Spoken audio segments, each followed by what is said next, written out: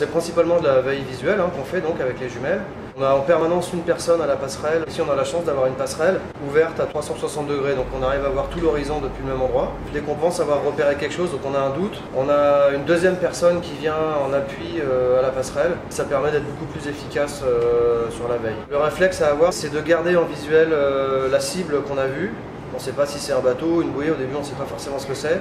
Donc si on veut prévenir les autres, soit on utilise le talkie, soit tout simplement on crie et on appelle quelqu'un. Mais en aucun cas on ne quitte la cible des yeux parce que c'est le meilleur moyen pour la repérer ensuite. Ce qu'on peut faire aussi ensuite, c'est pointer du doigt.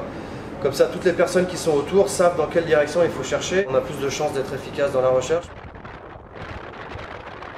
Alors quand on fait de la veille, on utilise des jumelles. On a deux types de jumelles à bord. On a des jumelles marines normales qui grossissent 8 fois mais qui ne sont pas stabilisées.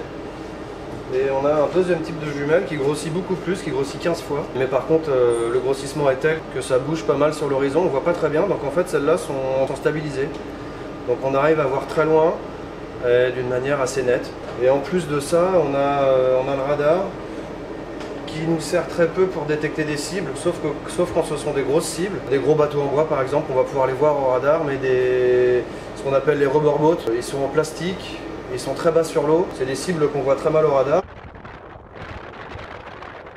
On a de moins en moins d'informations qui viennent de l'extérieur en fait pour nous dire qu'une cible a été détectée à tel endroit et qu'il faut se diriger à cet endroit.